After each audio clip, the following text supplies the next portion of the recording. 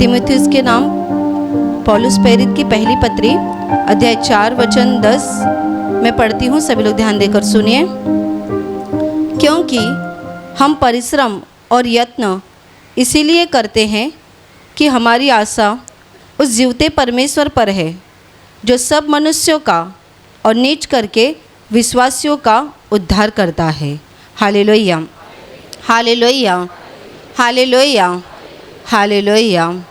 मेरे प्यारे भाई और बहनों, यहाँ पर पौलुस बता रहा है, प्रभु यीशु का चेला जो कि अपनी पत्री में लिख रहा है, उस पत्री में उसने ऐसा बताया है, क्योंकि हम परिश्रम और यत्न यानी मेहनत कोशिश इसीलिए करते हैं क्योंकि हमारी आशा उस जीवते परमेश्वर पर है, जो सब मनुष्यों का और नीच करके विश्वासियों का उद्धार करता है। Hallelujah, hallelujah, hallelujah. पौलुस ये पत्री लिखते समय उस समय बहुत कठिनाइयों का और दुखों का सामना कर रहा था। पौलुस के बारे में अगर हम गहराई से जाएं तो ये पौलुस एक यहूदी, कट्टर यहूदी व्यक्ति था, और जब तक प्रभु यीशु से उसका आमना सामना नहीं हुआ था, पहचान नहीं हुई थी अच्छे तरीके से, तब तक ये पौलुस एक यहूदी धर्म को पालने वाला व्यक्ति था। यहूदी धर्म को एकदम अच्छी तरीके से पालना, उसके नियमों का पालन करना, ये सारी बातों को वो करता था। और जब उसे पता चला कि कुछ ऐसे लोग हैं जो यीशु मसीह के अनुयायी बन चुके हैं, यीशु मसीह के चेले बन चुके हैं, तभी उसको ये सारी बातों का बहुत गुस्सा आता था। और वो जहाँ तहाँ जाता था, जहाँ पर विश्वासी लोग जमा होते थे, इकट्ठा होते थे, जहाँ पर वो प्रभु यीशु को मानते थे, वहाँ पर जाकर वो उनका बुरी तरीके से अपमान करता था, छल करता था, उन्हें मारता था, उनका बुरा हाल करता था। ये सारा जब उसके जीवन में शुरू था, उसको इस बात का ज़रा भी बुरा नहीं लगता था कि वो क्या काम कर रहा है, क्योंकि वो अपने धर्म के विषय में, अपने यहूदी धर्म के विषय में बहुत कट्टर व्यक्ति था। और उसको लगता था कि मैं जो कुछ कर रहा हूँ वो बहुत सही कर रहा हूँ, मैं अपने परमेश्वर के इच्छा के अनुसार कर रहा हूँ। और यही सब करते समय, ये करते दरमियान एक दिन उसका सामना प्रभु यीशु के पास साथ हो जाता है। प्रभु यीशु से जब उसकी मुलाकात हो जाती है और उसे पता चल जाता है कि जिस यहूदी धर्म के लिए मैं ये सारी बातें कर रहा था, वही यहूदियों का परमेश्वर, उसका पुत्र प्रभु यीशु मसीह है। और ये बात जब वो जान लेता है, यीशु मसीह का स्वीकार करता है, तब वो अपने मार्गों को बदल देता है, अपने मन को वो बदलता है। मन को बदलने के बाद जिस यीशु मसीह के लोगों को मारने के लिए वो निकला था, अभी उसी यीशु का वो प्रचार करने लगता है, वही यीशु का सुसमाचार वो लोगों को बताने लगता है। और ये बताना इतना आसान नहीं होता उसके लिए, क्योंकि जब वो यीशु मसीह का विरोध करता था, तभी शास्त्री, फरीसी और जितने भी धर्म गुरु थे, सब उसका साथ देते थे, यानी सब वो उसके साथ रहते थे, क्योंकि वो उनमें से ही एक था। लेकिन अब बात ऐसी हो गई थी कि जो पौलुस लोगों को मारता था, यानी उसका नाम पहले सौल था, जो पौलुस लोगों को मारता था, अभी वही उसका सुसमाचार लोगों को बताने लगा है। ये सारी बातें यहूदियों के लिए धोखे की घंटी धोखे का खतरा बन चुका था उनके लिए, और उनको ऐसा लगता था कि ये क्या हो गया। और फिर पौलुस को बहुत कठिनाइयों का, बहुत दुखों का सामना करना पड़ता है, इतना कि उसका जानलेवा उसके ऊपर हमला होता है, उसको मारा पीटा जाता है, बहुत सारी बातें हो जाती है।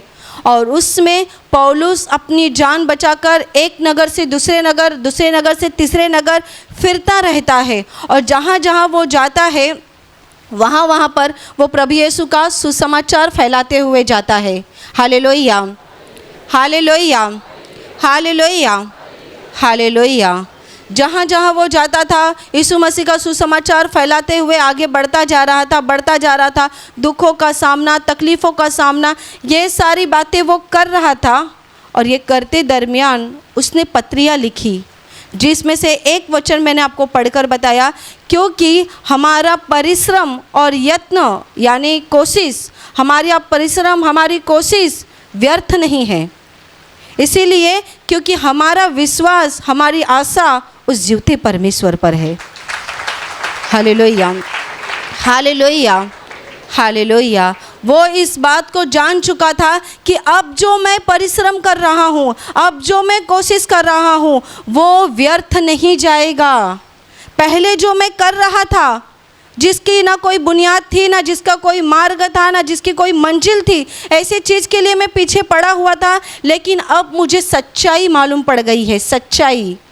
और इस सच्चाई को पाने के लिए, लोगों तक पहुंचाने के लिए जो परिश्रम, जो दुख, जो कठिनाइयों का सामना मुझे करना पड़ रहा है, वो व्यर्थ नहीं जाएगा, क्योंकि हमारी आशा उस जीवते परमेश्वर पर है, जो सब मनुष्यों का और विशेष करके विश्वासियों का उद्धार करता है। Hallelujah, hallelujah, hallelujah. उसकी आशा थी, उसकी उम्मीद थी कि मैं जो कर रहा हूँ उसका प्रतिफल एक दिन मुझे वो परमेश्वर देने जा रहा है, उसका आशीष, उसका फल एक दिन मुझे मिलने जा रहा है। जैसे कि उदाहरण के रूप में मैं आपको बताना चाहती हूँ, आप में से समझ लीजिए किसी ने एक ज़मीन ले ली है, एक जगह समझ लीजिए एक ज़मीन ले ली है। उस ज़मीन को लेने के लिए आपने बहुत बड़ी कीमत अदा की है। उतना पैसा ना होते हुए भी आपने लोन लिया या कर्जा लिया, जैसे तैसे करके आपने वो ज़मीन ले ली। ज़मीन लेने के बाद आपने उस पर बहुत सुंदर घर बनाया या फिर एक दुकान खोलने की योजना रखी। आपने वो सारी चीज़ों के लिए बहुत परिश्रम किया, बहुत कर्जा उठाया, बहुत मेहनत की। करने के बाद वो घर तैयार हो गया। घर तैयार होने के बाद आपके दिल में एक उम्मीद है, एक आशा है कि इस घर को जब मैं बेचूंगा तो दुगने भाव में ये घर जाएगा, और जितना मैंने परिश्रम किया है, मेहनत की है, कर्जा उठाया है, वो एक दिन पूरी तरह से चुकता हो जाएगा, एक दिन पूरी तरह से अदा हो जाएगा। ये तो मैंने एक उदाहरण बताया कि आप एक नाशवान चीज़ के लिए मेहनत करते हैं और जब वो पूरी हो जाती है तो आपके दिल में कितना आनंद आता है। वैसे ही ये पौलुस बताता है कि जिस चीज़ के लिए हम कोशिश कर रहे हैं, हम मेहनत कर रहे हैं, वो चीज़ क्या थी? यीशु मसीह का सुसमाचार बताना, यीशु मसीह के राज्य की घोषणा करना, यीशु मसीह के विषय में लोगों को बताना कि जिस मसीहा की आप इंतज़ार कर रहे हो, जिस मसीहा का आप इंतज़ार कर रहे हो, वो मसीहा और दूसरा तीसरा कोई नहीं तो प्रभु यीशु मसीह है। Hallelujah, hallelujah, hallelujah. वो इतने विश्वास के साथ क्यों कह रहा है? क्योंकि पवित्र आत्मा उसको बता रहा है। वो खुद से इस पत्री को नहीं लिख रहा है, तो पवित्र आत्मा उसको बता रहा है कि मैं जो कर रहा हूँ, उसने लिखा है हम परिश्रम करते हैं। हम का मतलब है प्रभु यीशु पर विश्वास करने वाला हर एक चेला जो परिश्रम कर रहा है, जो मेहनत ले रहा है, उसका मेहनत, उसका परिश्रम कभी व्यर्थ नहीं जाएगा। Hallelujah, hallelujah, hallelujah. आपका बेटा छोटा है और उस छोटे बेटे को पढ़ाने के लिए आप कितनी मेहनत लेते हैं बताइए?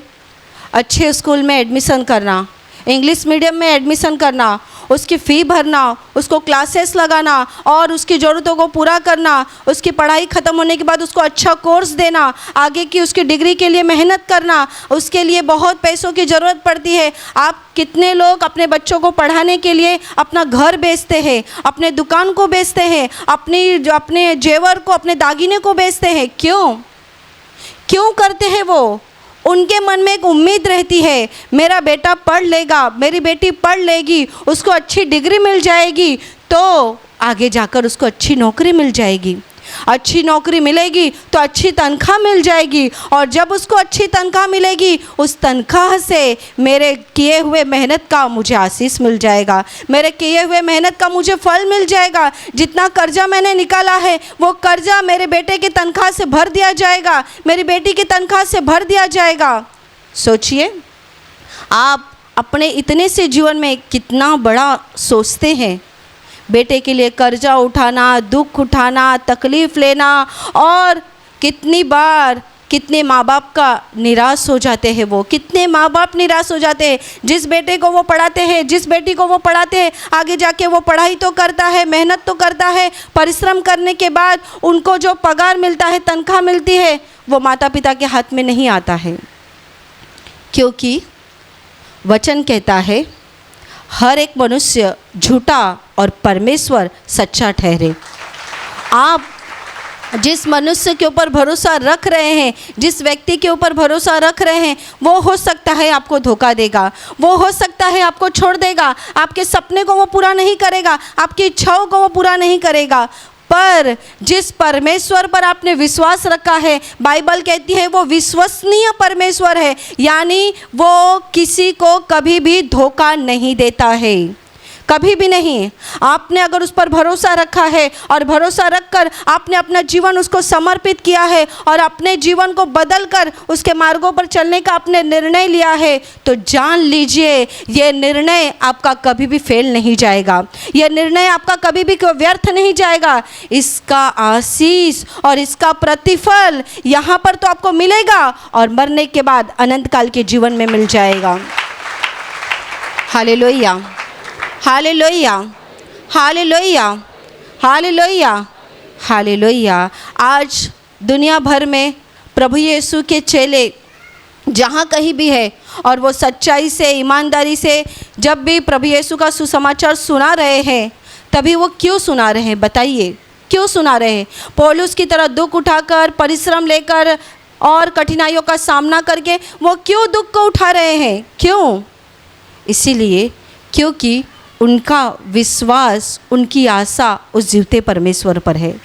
वो सच्चा परमेश्वर एक दिन स्वर्ग में उनको प्रतिफल देने जा रहा है, एक दिन उनके कामों का उनको बदला देने जा रहा है। मेरे प्यारे भाइयों और बहनों, हम सब एक बात अच्छे से जानते हैं कि हम सब पापी व्यक्ति हैं। आप में से कोई नहीं बोल सकता कि मैं पापी नहीं हूँ।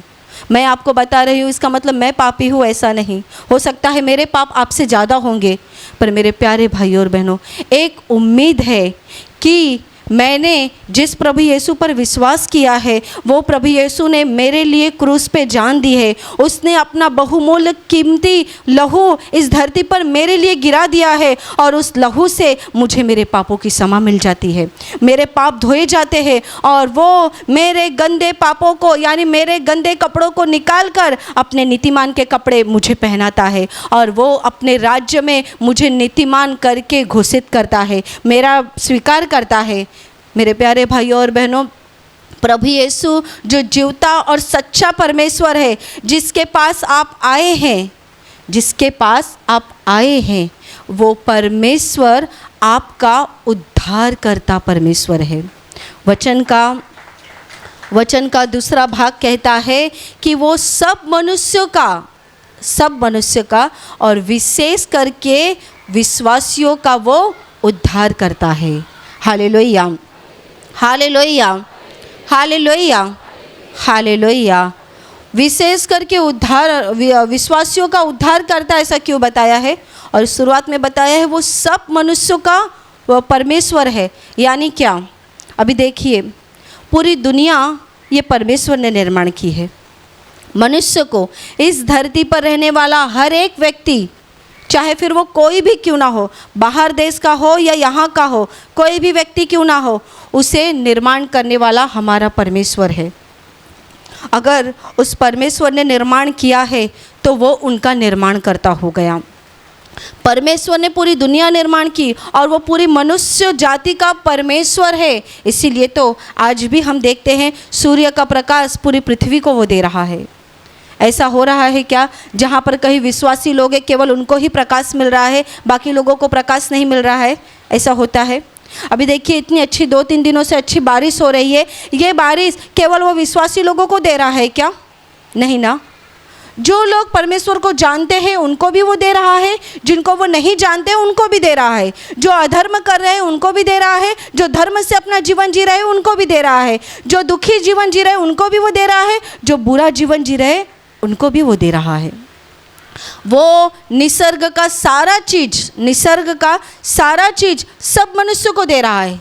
जैसे कि मैंने बताया, सूर्य का प्रकाश, अच्छी बारिश और यहाँ तक कि समुद्र, मछलियाँ और ये निसर्ग की जितनी सारी बातें हैं, ये हरियाली, ये सारी बातें परमेश्वर धरती पर रहने वाले हर एक मनुष्य को दे रहा है, हर एक मनुष्य को। अच्छे से सुनिए, ये सारी बातें वो हर एक मनुष्य को दे रहा है। जिन लोगों को यीशु का नाम अभी भी नहीं गया है और जिन्होंने परमेश्वर को नहीं पहचाना है, वो उनको भी ये बातें दे रहा है, ये सारी चीज़ें दे रहा है, उनकी ज़रूरतों वो पूरा कर रहा है। पर वो उद्धार केवल उन्हीं लोगों का कर रहा है जो लोग उस पर विश्वास करते हैं। उद्धार यानी पापों की क्षमा वो केवल उन लोगों को ही कर रहा है जो लोग उसके ऊपर विश्वास करते हैं, मतलब परमेश्वर के पुत्र प्रभु यीशु पर विश्वास करते हैं। जैसे कि मैंने बताया, प्रभु यीशु के पास आने के बाद वो अपना बोझ प्रभु को देते हैं, अपना जीवन प्रभु के हाथों में देते हैं, उसके मार्गों पे चलने की शुरुआत करते हैं, उसके मार्गों पर चलने के लिए अपना पुराना जीवन छोड़ देते हैं, सच्चाई के रास्ते पे चलते हैं, नेकी से अपना जीवन बिताते हैं, ईमानदारी से धंधा करते हैं, हर चीज़ें वो वचनों के अनुसार करने की शुरुआत करते हैं और वचनों के अनुसार अपने जीवन में परिवर्तन करते हैं। इन सब का वो उद्धार करता है, इन सब का वो उद्धार करता है, पर केवल उन्हीं का उद्धार करता है जो उस पर विश्वास करते हैं, पूरी दुनिया का नहीं। जिन्होंने प्रभु यीशु पर विश्वास नहीं किया है और जिन्होंने अब तक प्रभु यीशु को नहीं माना है, वो प्रभु यीशु के चरणों में आकर नहीं बैठे हैं, प्रभु यीशु को अपना उद्धारकर्ता के रूप में स्वीकार नहीं किया है, उन सब का उसने अभी भी उद्धार नहीं किया है। उद्धार वो उन्हीं का करता है जो लोग उसे अपने जीवन में मुक्तिदाता के रूप में स्वीकार करते हैं। मुक्तिदाता के रूप में, अगर आपने अपने जीवन में प्रभु यीशु को मुक्तिदाता के रूप में स्वीकार किया है तो ध्यान रखिए, वो आपका केवल निर्माण करता ही नहीं, वो आपका परमेश्वर पिता ही नहीं, तो बल्कि वो आपका उद्धारकर्ता परमेश्वर बन चुका है। Hallelujah, hallelujah, hallelujah, hallelujah, hallelujah. मेरे प्यारे भाई और बहनों, परमेश्वर ने सब कुछ बनाया, सब कुछ, पर अपना विशेष कृपा, अपना विशेष अनुग्रह उसने अपने चुने हुए लोगों के लिए रख दिया है। चुने हुए लोगों के लिए रख दिया है। चुने हुए कौन? आप जो उसके रास्ते पर चल रहे हैं, आप जो उसके मार्गों पर चल रहे हैं, आपने जो निर्णय लिया है, आपने जो वादा किया है कि आप अब से वो बुरा रास्ता नहीं चलेंगे, प्रभु यीशु का स्वीकार कर लिया है, उन सब के लिए वो उद्धारकर्ता बन गया है। उद्धारकर्ता का मतलब है वो आपके जीवन का मालिक बन गया है। और अगर वो आपके जीवन का मालिक बन गया है, इसका मतलब उसने आपको पापों की क्षमा दी है। वो आपका यहाँ का जीवन तो आशीषित करेगा ही, और मरने के बाद वो आप सबको स्वर्ग में लेगा। Hallelujah, hallelujah, hallelujah, hallelujah, hallelujah, hallelujah. मेरे प्यारे भाई और बहनों, पौलुस जो परिश्रम, जो मेहनत खुद के विषय में बता रहा है, सुसमाचार फैलाने के विषय में बता रहा है, ये सुसमाचार हर एक व्यक्ति के कान में जाना बहुत ज़रूरी है। उसने ये जो मेहनत लिया, उसने जो ये तपस्या किया, जो त्याग किया, उसको हम बाइबल में पढ़ते हैं और पढ़ने के बाद छोड़ देते हैं। पर आपने कभी सोचा है इसी पौलुस के विषय में, और इसके बावजूद जितने उसके चेले होकर गए, प्रभु यीशु के चेले होकर गए, उन्होंने भी दुख का और सताव का सामना किया, उन्होंने भी बहुत सारे अपमानों का सामना किया। क्यों? वो क्यों पीछे नहीं हट गए? क्यों पीछे नहीं हट गए? क्योंकि उनको पता था कि जिसके लिए हम मेहनत कर रहे हैं, जिसके लिए हम दुख उठा रहे हैं, वो परमेश्वर भले हमें इन आँखों से नहीं दिखाई दे रहा है, पर ये जीवन ख़त्म होने के बाद वो मेरे लिए स्वर्ग का दरवाज़ा खोलेगा और मुझे वो अनंत काल के जीवन में ले लेगा, जहाँ पर परमेश्वर है, जहाँ पर प्रभु यीशु है, जहाँ पर उसके देवदूत है, और मैं एक दिन उनके साथ अनंत काल का जीवन जीऊँगा, अनंत काल का। मेरे प्यारे भाई और बहनों, आप में से कुछ लोग होंगे जिनको ये सारी बातें मजाक लगती है, उनको लगता है ये सब थोड़ी ना होता है। कई लोगों को लगता है स्वर्ग अस्तित्व में है ही नहीं, कितने लोग कहते हैं नर्क, ऐसा कुछ अस्तित्व में नहीं है। ये सब बस कहने की बातें हैं। और कितने लोगों के मुँह से तो मैंने ऐसा भी सुना है, प्रार्थना करना ठीक है, प्रार्थना करने के लिए बूढ़े लोगों को भेजना चाहिए, क्योंकि अभी उनकी उम्र ख़त्म होने आ रही है ना, तो अभी उनको इस उम्र में प्रार्थना करना ज़रूरी है, इस उम्र में उनको परमेश्वर के पास ध्यान लगाना ज़रूरी है। बिल्कुल गलत बात है। आप में से जितने लोग ऐसा सोचते हैं कि हमें परमेश्वर की ज़रूरत नहीं, हम अपनी इच्छा के अनुसार जी सकते हैं, तो आप धोखे की स्थिति में हैं, आप धोखे की स्थिति में हैं। मैं आपको कहना चाहती हूँ, जितने भी जवान भाई बहनें हैं और जितनों को ऐसा लगता है मुझे परमेश्वर की ज़रूरत नहीं, मैं आपको बताना चाहती हूँ मेरे प्यारे भाई और बहनों, हमें ज़्यादा परमेश्वर की ज़रूरत है, हमें ज़्यादा परमेश्वर की ज़रूरत है। क्योंकि जो हमें ऐसा लगता है केवल बूढ़े लोगों को ही परमेश्वर की ज़रूरत है, गलत। केवल बूढ़े लोगों को नहीं, तो बल्कि उनसे ज़्यादा हमें परमेश्वर की ज़रूरत है।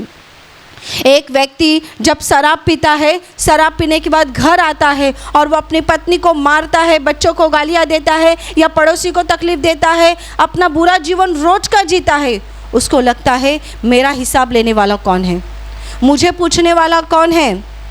जब एक व्यक्ति धंधे में झूठ बोलता है, रिश्वत लेता है, किसी को फंसाकर उसकी ज़मीन लेता है, अपने भाई को फंसाता है, अपनी बहन को फंसाता है, तो उसको लगता है मुझे पूछने वाला कौन है, मेरा हिसाब लेने वाला कौन है। बाइबल में एक पुराने नियम में एक सुंदर वचन लिखा हुआ है। वो वचन ऐसा है, हे जवान, अपनी जवानी के दिन में खा पी और मज़ा कर, अपनी जवानी के दिन में खा पी और तुझे जो चाहिए वो कर, पर एक बात का ध्यान रख, अंत के दिनों में परमेश्वर इन सब का न्याय करने वाला है, इन सब का वो लेखा लेने वाला है। ये एक वचन उस जवान लोगों के लिए काफ़ी है। आप जो अपने जवानी के दिनों में कर रहे हैं, आप जो अपना बुरा रास्ता जी रहे हैं, आपको जो अपना मन परिवर्तन नहीं करना है, आपको जो उद्धारकर्ता की ज़रूरत नहीं है, आपके लिए केवल ये एक वचन काफ़ी है, एक वचन। आपको जो करना है वो कर। वचन कहता है, जवान, अपनी जवानी के दिन में तुझे जो करना है वो कर, तेरे मर्जी में आए वो कर, खा पी और मज़ा कर, पर ध्यान रख, अंत के दिनों में वो परमेश्वर इन सारी बातों का तुझसे लेखा लेगा, सारी बातों का तुझसे हिसाब लेगा, तब तुम कहाँ जाओगे। Hallelujah, hallelujah, hallelujah, hallelujah.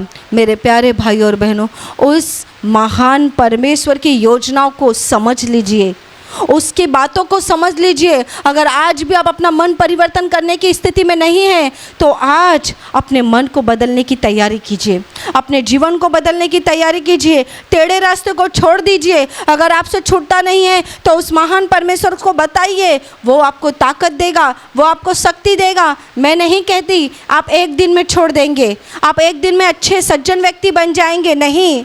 इसे करने के लिए शायद हमारा पूरा जीवन निकल जाएगा, हमारा पूरा जीवन निकल जाएगा। कुछ लोग कहते हैं ना, अब तक इतनी मेहनत करता हूँ, इतनी प्रार्थना करता हूँ, इतना बाइबल पढ़ता हूँ, इतना प्रभु से कहता हूँ, मुझे अच्छे रास्ते पे चला, तो भी पाप क्यों होता है, तो भी गलतियाँ क्यों होती है।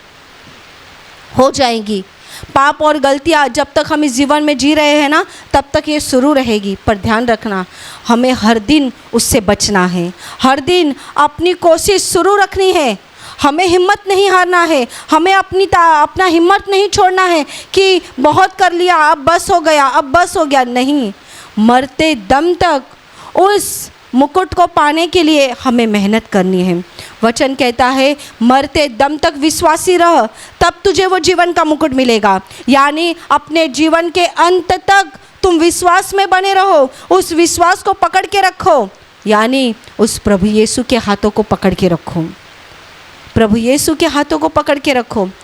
ध्यान रखना, अगर एक बार आपने प्रभु का हाथ पकड़ लिया है, तो चाहे कुछ भी हो जाए, वो प्रभु आपका हाथ नहीं छोड़ेगा, वो प्रभु आपको नहीं छोड़ेगा।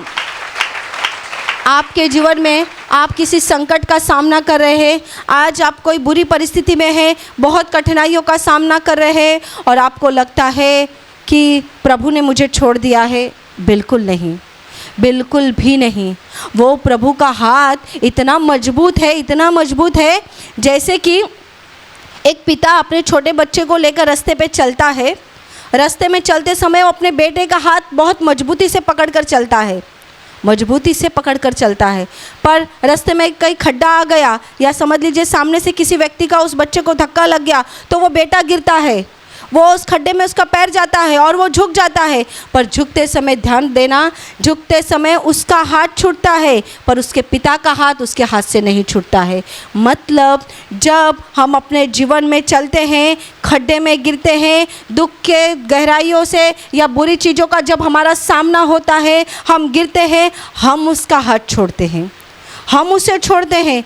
पर वो महान परमेश्वर अपने हाथों से इस तरह से हमारा हाथ पकड़ के रखता है कि हम कितना भी गिर जाए, कितना भी हमें तकलीफ़ हो जाए, वो उस हाथों से हमें खींचता है और फिर से खड़ा करता है, उसके राज्य में फिर से चलने के लिए हमें मजबूत करता है। मेरे प्यारे भाई और बहनों, ऐसा है वो हमारा परमेश्वर। इसी का सुसमाचार सुनाने के लिए पौलुस को बहुत दुखों का सामना करना पड़ा। इतना दुख, जो दुख आज हम समझ भी नहीं सकते।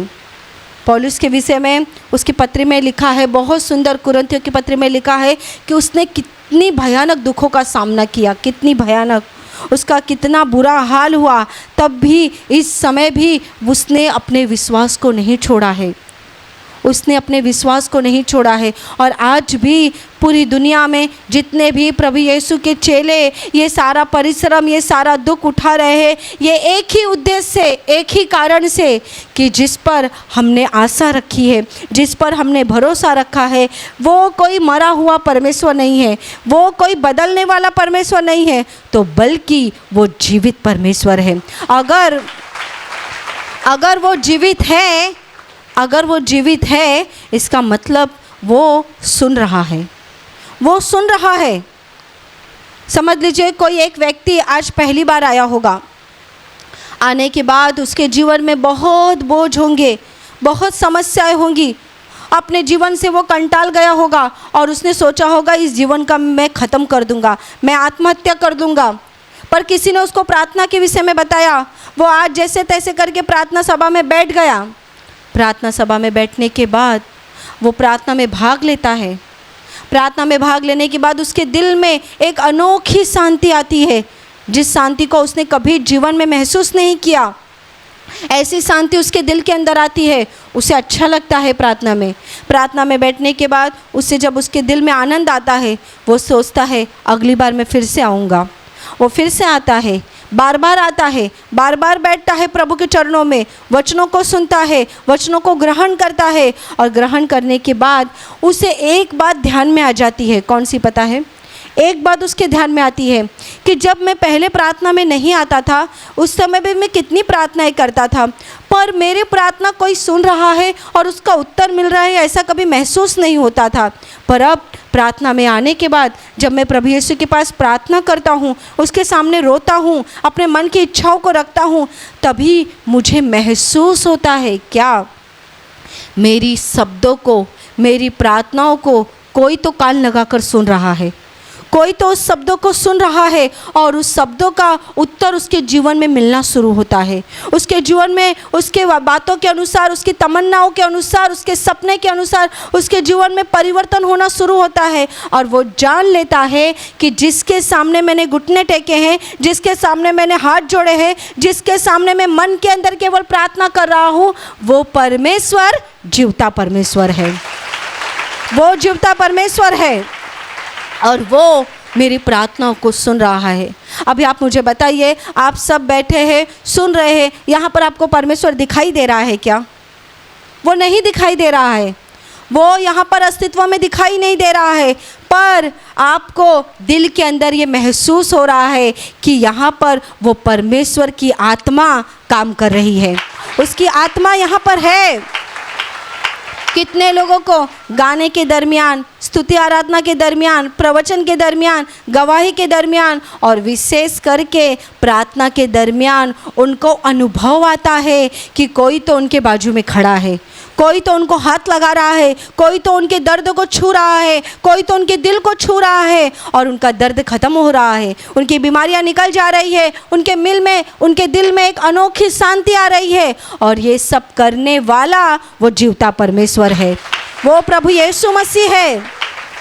जिसका अनुभव आप ले रहे हैं, जो पहले आपको कभी आता नहीं था। मेरे प्यारे भाई और बहनों, जो पहले आपको कभी अनुभव आता नहीं था, वो अनुभव देने वाला वो महान जीवता परमेश्वर, जिसका नाम बाइबल कहती है यीशु मसीह है, और वही आपको अनुभव देता है, शांति देता है, वही आपके दिल में आनंद देता है, और वही आपकी प्रार्थनाओं को सुनता है, वो आपके प्रार्थनाओं का उत्तर देता है, वो आपके जीवन में आशीष देता है, आपके दुखों को दूर करता है, और यहाँ पर तो वो आपका जीवन आशीषित करता है। और उसने आपको एक बहुत बड़ी आशा दी है, जो कि पौलुस कहता है वो आशा मतलब यहाँ का जीवन खत्म होने के बाद वो हमें उसके अनंत काल के घर में यानी स्वर्ग में लेने जा रहा है। Hallelujah, hallelujah, hallelujah, hallelujah, hallelujah. मेरे प्यारे भाइयों और बहनों, अभी मैं आपके लिए प्रार्थना करने जा रही हूँ। पूरे विश्वास के साथ अपने बीमार हिस्से पर हाथ रखिए। अगर आप वहाँ हाथ नहीं रख सकते तो अपने सीने पर हाथ रखिए। विश्वास कीजिए, वो परमेश्वर अपनी पवित्र आत्मा के द्वारा आज आपका छुटकारा करेगा, आपके जीवन के दुख से, बीमारियों से आपको मुक्त करेगा। प्रभु यीशु के नाम से मैं आज्ञा देती हूँ, आपके शरीर की सारी बीमारियां इसी समय नष्ट हो जाए। आपके जीवन का दुख प्रभु यीशु के नाम से निकल जाए। आपके शरीर के सारे दर्द प्रभु यीशु के नाम से नष्ट हो जाए। आपके जीवन में जो कुछ भी तकलीफें हैं, जो कुछ समस्याएं हैं, संकट है, बीमारियां हैं, सब कुछ प्रभु यीशु के नाम से खत्म हो जाए। आपकी परिस्थिति प्रभु यीशु के नाम से बदल जाए। जिनको मानसिक बीमारी है, प्रभु यीशु के नाम से मानसिक बीमारी निकल जाए। आपके ऊपर और आपके परिवार के ऊपर प्रभु यीशु के महान आशीष आ जाए। आमीन।